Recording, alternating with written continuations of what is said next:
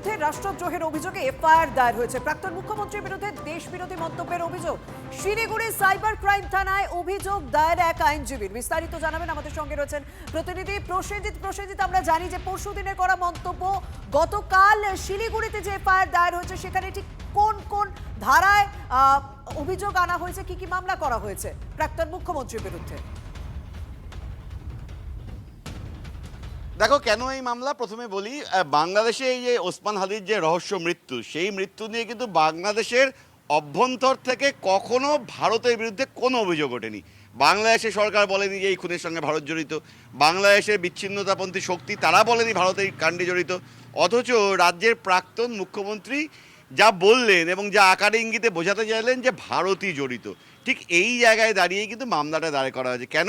তার কারণ এই ধরনের সংবেদনশীল বিষয়, যাকে একদিকে যেমন স্বরাষ্ট্র মন্ত্রককে জড়িয়ে দেওয়া হয়েছে, গোটা দেশকে এর সঙ্গে জড়িয়ে দেওয়া হয়েছে, এর সঙ্গে দু দেশে পারস্পরিক সম্পর্ক জড়িত। এই ঘটনার জেরে বাংলাদেশের অভ্যন্তরে সংখ্যালঘু হিন্দুরা তারা নতুন করে আক্রান্ত হতে পারেন, এবং সব মিলিয়ে একটা উস্কানির চেষ্টা বলে মনে করা হচ্ছে। যে কারণেই কিন্তু ইউএপি এর যে ধারা, অর্থাৎ রাষ্ট্রদ্রোহের অভিযোগ, দাঙ্গা ছড়ানোর চেষ্টা, এই ধরনের একাধিক ধারায় কিন্তু মামলা দায়ের করেছেন শিলিগুড়ির এক আইনজীবী। তিনি বলছেন মন্ত্রগুপ্তির শপথ নিয়ে মুখ্যমন্ত্রী হিসাবে তিনি সময় কাটিয়েছিলেন। সেই সময়কালে যদি তিনি কোনো তথ্য জেনেও থাকেন, তাহলেও সেই ধরনের তথ্য যা দেশের অখণ্ডতা রক্ষার প্রশ্নে, সার্বভৌমত্বের প্রশ্নে বাইরে আসার কথা নয়। আর এক্ষেত্রে তো বাংলাদেশের দিক থেকেও কোনো অভিযোগ আসেনি। দেশের সরকার, আমাদের দেশের সরকার, তারাও প্রাক্তন মুখ্যমন্ত্রী এরকম একটা প্রশ্ন কেন তুললেন, এরকম অভিযোগ কেন করলেন? 2রা জুন রানী রাসমণি রোডে বাংলাদেশের হাতি হত্যা নিয়ে দেশের স্বরাষ্ট্রমন্ত্রীকে জড়িয়ে বিতর্কিত মন্তব্য করেন মমতা। তবে আইনজীবী যিনি ইতিমধ্যে অভিযোগ দায়ের করেছেন ইউএপিএ ধারায়, তিনি গ্রেপ্তারের দাবি জানাচ্ছেন। তিনি কি বলছেন একবার শুনবো।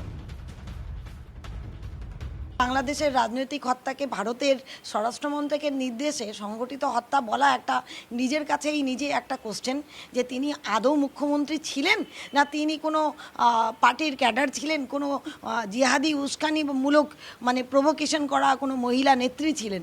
ওনার একটা সাংবিধানিক পদের একটা গরিমা থাকা উচিত। পলিটিক্যাল ডমিনে উনি কখনো কনস্টিটিউশনাল ওথ ব্রিজ কে মানে ভায়োলেট করতে পারেন না। এটা একটা পলিটিক্যাল হত্যা।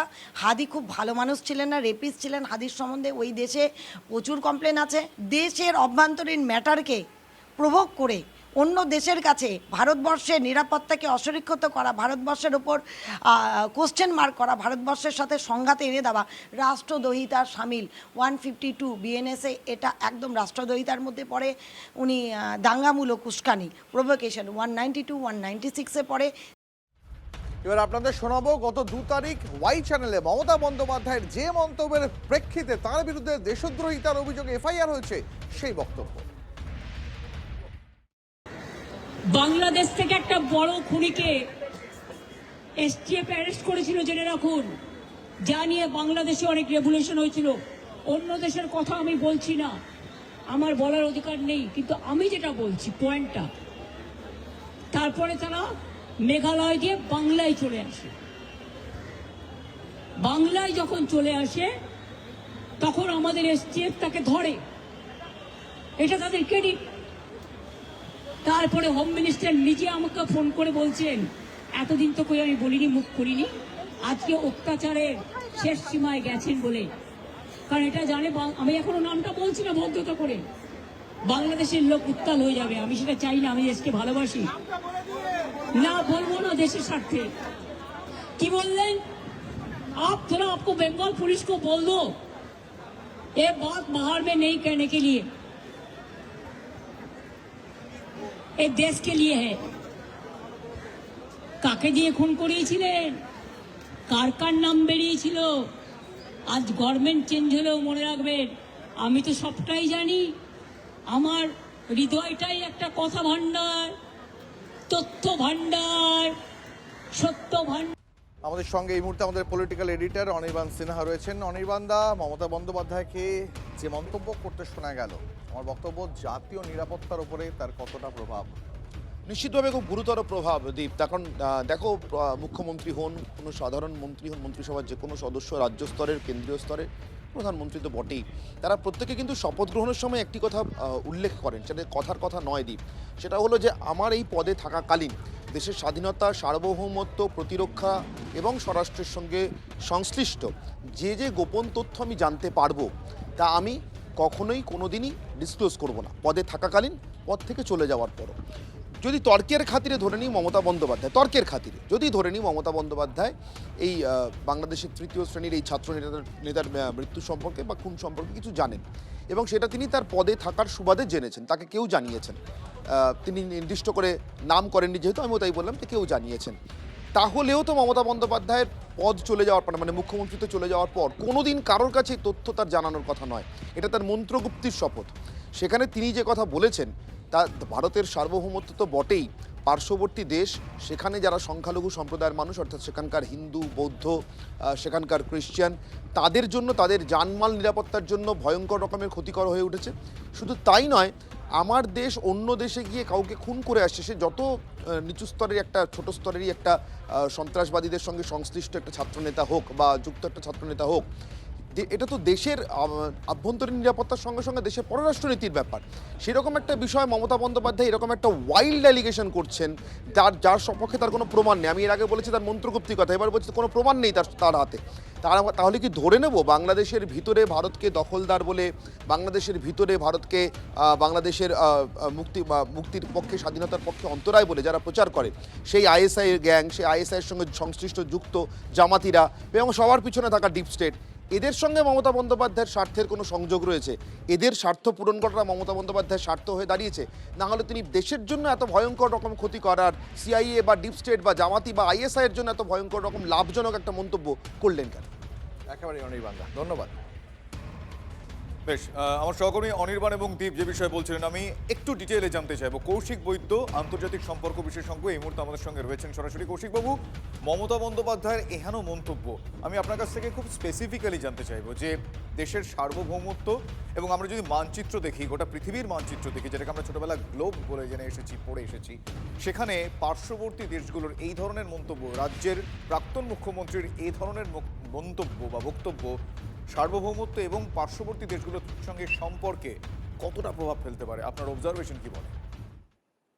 নমস্কার। নমস্কার। দেখুন, আমরা সকলেই জানি মমতা ব্যানার্জি এই সমস্ত কুকথা বলতে উনি অভ্যস্ত। সমস্যাটা হচ্ছে যে আমাদের যে ডোমেস্টিক পলিটিক্স, আমাদের অভ্যন্তরীণ রাজনীতির বিষয়টাই বিদেশ নীতির ওপরে যদি প্রভাব ফেলে, সেটা খুব খারাপ জিনিস আমাদের দেশের জন্য, এই প্রেসিডেন্ট তৈরিটা।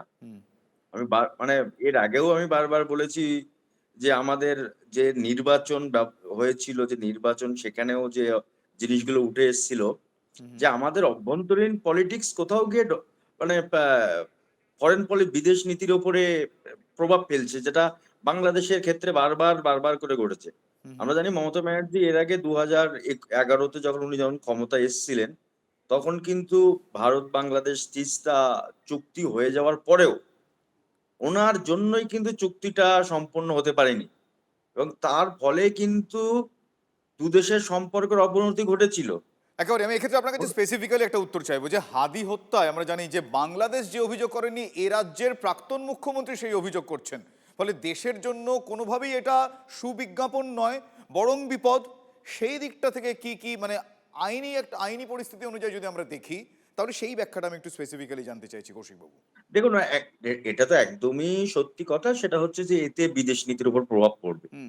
আর তারপরে দ্বিতীয় নম্বর জিনিস, যে জিনিসটার উপরে সব থেকে বেশি প্রভাব পড়বে, সেটা হচ্ছে যে বাংলাদেশে যে 2024-এর 5ই আগস্টের পর থেকে যে অন্তর্বর্তীকালীন সরকার বা যে গণবিক্ষোভ নামে যে জিনিসটা হয়েছিল, সেখান থেকে কিন্তু একটা জিনিস হয়েছিল যে একটা আমেরিকার নেতৃত্বে একটা পাপেট সরকারকে তৈরি করা হয়েছিল ইউনুসের নেতৃত্বে, এবং সেখানে এই হাদির মতো অনেকগুলো ক্যারেক্টার সেখানে কিন্তু ছিল। কিন্তু সেটা ইউনুসের পররাষ্ট্র উপদেষ্টা তিনি স্বীকারও করেছেন এক প্রকার, যে তারা একেবারে আমেরিকার অঙ্গুলি হালনে চলেছিল।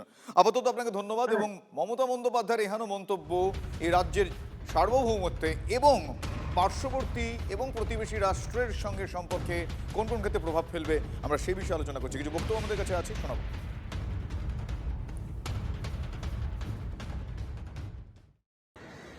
বাংলাদেশ থেকে একটা বড় খুনিকে এসটিএফ অ্যারেস্ট করেছিল, জেনে রাখুন, যা নিয়ে বাংলাদেশে অনেক রেভলিউশন হয়েছিল। অন্য দেশের কথা আমি বলছি না, আমার বলার অধিকার নেই, কিন্তু আমি যেটা বলছি পয়েন্টটা, তারপরে তারা মেঘালয় দিয়ে বাংলায় চলে আসে। বাংলায় যখন চলে আসে তখন আমাদের এসটিএফ তাকে ধরে, এটা তাদের ক্রেডিট। তারপরে হোম মিনিস্টার নিজে আমাকে ফোন করে বলছেন, এতদিন তো কই আমি বলিনি, মুখ করিনি, আজকে অত্যাচারের শেষ সীমায় গেছেন বলে। কারণ এটা জানে, আমি এখনো নামটা বলছি না ভদ্রতা করে, বাংলাদেশের লোক উত্তাল হয়ে যাবে, আমি সেটা চাই না, আমি দেশকে ভালোবাসি। না বলবো না দেশের স্বার্থে। কি বললেন? आप थोड़ा आपको बंगाल पुलिस को बोल दो ये बात बाहर में नहीं कहने के लिए, ये देश के लिए है।